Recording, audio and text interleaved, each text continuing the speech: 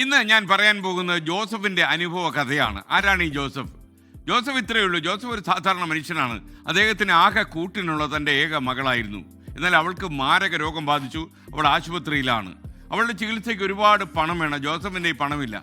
അപ്പോൾ ജോസഫിന് ഇത്തിരി വയലിൻ വായിക്കാൻ അറിയാം. തൻ്റെ പഴയ വയലിനും എടുത്ത് അയാൾ തെരുവിലേക്ക് ഇറങ്ങി. ജോസഫ് ഒരുപാട് നേരം വയലിൻ വായിച്ചു. കുറച്ച് ചില്ലറ തുട്ടുകളൊക്കെ ജോസഫിന് ലഭിച്ചു. പക്ഷേ മകൾക്ക് മരുന്ന് വാങ്ങാൻ അതൊന്നും തികയുമായിരുന്നില്ല. അയാൾ ആലോചിച്ച് നോക്കിയപ്പോൾ ആകെ വിഷമമായി. അയാളുടെ കണ്ണുകൾ നിറഞ്ഞൊഴുകി.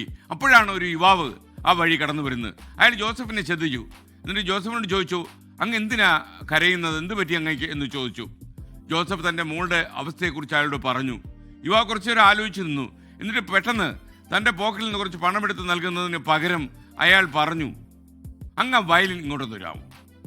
ജോസഫ് ആ വയലിൻ യുവാവിന് കൈമാറി. യുവാവ് വയലിൻ വായന ആരംഭിച്ചു. ആത്മാവിനെ തൊട്ടുണർത്തുന്ന ഒരു സംഗീതമായിരുന്നു അതിൽ നിന്നും ഒഴുകി വന്നത്. മിനിറ്റുകളെ എടുത്തുള്ളൂ. വലിയൊരു ജനക്കൂട്ടം അവിടെ തടിച്ചുകൂടി. ആളുകൾ സ്വമേധയാ ജോസഫിന്റെ മുന്നിലെ തൊപ്പിയിലേക്ക് കറൻസി നോട്ടുകൾ അങ്ങനെ ഇടാൻ തുടങ്ങി. അരമണിക്കൂറേ വായിച്ചുള്ളൂ. അതിനുശേഷം യുവാവ് വയൽ ജോസഫിന് മടക്കി കൊടുക്കുകയും ചെയ്തു. അപ്പോഴേക്കും തൊപ്പിയിൽ നിറയെ നോട്ടുകളായിരുന്നു. മകളുടെ ചികിത്സയ്ക്ക് ആവശ്യമുള്ളതിനേക്കാളും പണം തൊപ്പിയിൽ ശേഖരിക്കാൻ കഴിഞ്ഞു. ജോസഫ് ആ യുവാവിൻ്റെ കൈകൾ ചേർത്ത് പിടിച്ചുകൊണ്ട് വളരെ നന്ദി നന്ദി നന്ദി എന്ന് പറഞ്ഞു. ആ യുവാവ് ലോകമറിയുന്ന വിഖ്യാതനായ ഒരു വയലിനിസ്റ്റ് ആയിരുന്നു.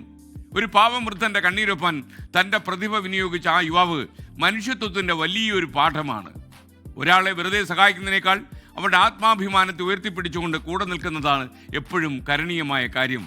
നമുക്കുള്ള കഴിവുകളും സമ്പത്തും അർത്ഥപൂർണ്ണമാകുന്നത് അത് മറ്റുള്ളവരുടെ കണ്ണീരൊപ്പാൻ ഉപയോഗിക്കുമ്പോഴാണ്. അതൊരു ചിന്താഗതിയാണ്. എത്ര പേർക്ക് ആ ചിന്താഗതി പിന്തുടരാൻ കഴിയും എന്നെനിക്കറിയില്ല. എന്തായാലും ആ ഒരു നല്ല ചിന്തയോടെ നമുക്ക് ഇന്നത്തെ മോർണിംഗ് ഷോ തുടങ്ങാം. ജോസഫിൻ്റെ അനുഭവം, ആ യുവാവിൻ്റെ പ്രതികരണം, ഇതൊക്കെ നമ്മുടെ മനസ്സിലിരിക്കട്ടെ ഈ പ്രഭാതത്തിലും എന്ന് ആത്മാർത്ഥമായി ആഗ്രഹിച്ചുകൊണ്ട് മറ്റു വാർത്തകളിലേക്ക്.